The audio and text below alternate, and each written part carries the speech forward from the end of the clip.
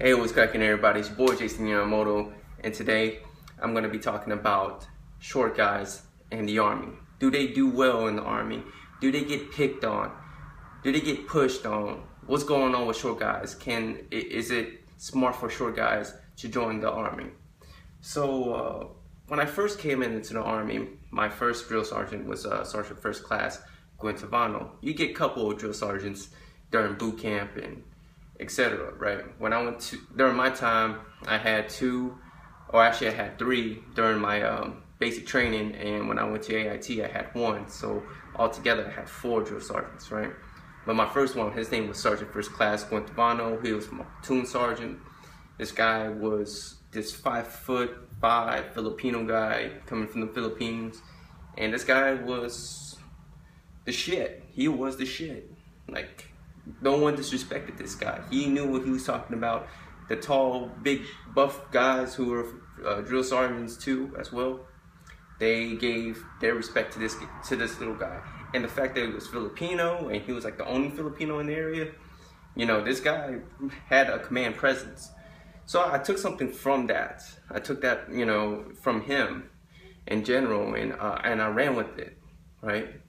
I learned that it doesn't really matter what your size is. Like, my height is 5'11", you know, and every time I see like another person, whether they're tall or small, it's really based on what they know and what they can do. I never judge a person by their height, right? Now, do they fare well in today's Army? I believe the shorter guys have an advantage in the Army. I'm 5'11", right? If I was to step into the back of an LMTV or an MTV, my head would hit the top of the cover. I hate it. I truly hate it. Hate being tall. Why? Because, like, I have a very strong leadership presence when I'm in uniform, correct? So when I'm in uniform, I'm the tall motherfucker, right? And that makes me a bigger target. So every time I'm in the field, I have to like do this little weird kneeling thing going on, and I put a lot of stress on my knees, and you know, I'm serious, it puts a lot of stress on my knees, and for me to, from where I'm standing to hit the ground, it takes longer, and it takes longer to get back up.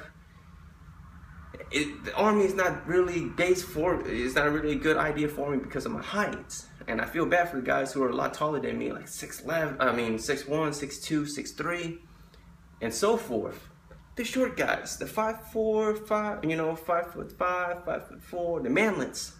It was designed for you guys. You guys can stand up in LMTVs. You guys just stand up, work, do everything while standing up, and you're not bending over half the time like I am, right? You guys are very tactful. You guys can get to little places a lot faster than guys like me, you know, guys a little bit bigger than me, you know? So with that being said, I mean, no one really makes fun of the short guys. There's a lot of jokes that may jump around. Oh, yeah, look at this little short guy. But at the end of the day, it's based on what you can do, you know, what your knowledge skills are, and just what you can bring to the table, right? And that's what people are going to really judge you for, is with your capabilities. It's not what you look, how you look, and how you know, because you can't do nothing genetically to fix your height. So we understand. I mean, I understand. I'm pretty sure everybody understands. But at the same time, I believe that the Army is really built for you guys, for the short guys, and at the end of the day, regardless on how tall or how small you are, it's based on what you can do and how far you're willing to go in today's Army, and not fucking sham around and hide when there's a job that needs to be done. Alright, so that's just my opinion. Anyways, man, hopefully this video helps you out, man. It's your boy Jason Yamamoto, and I'll talk to you guys later.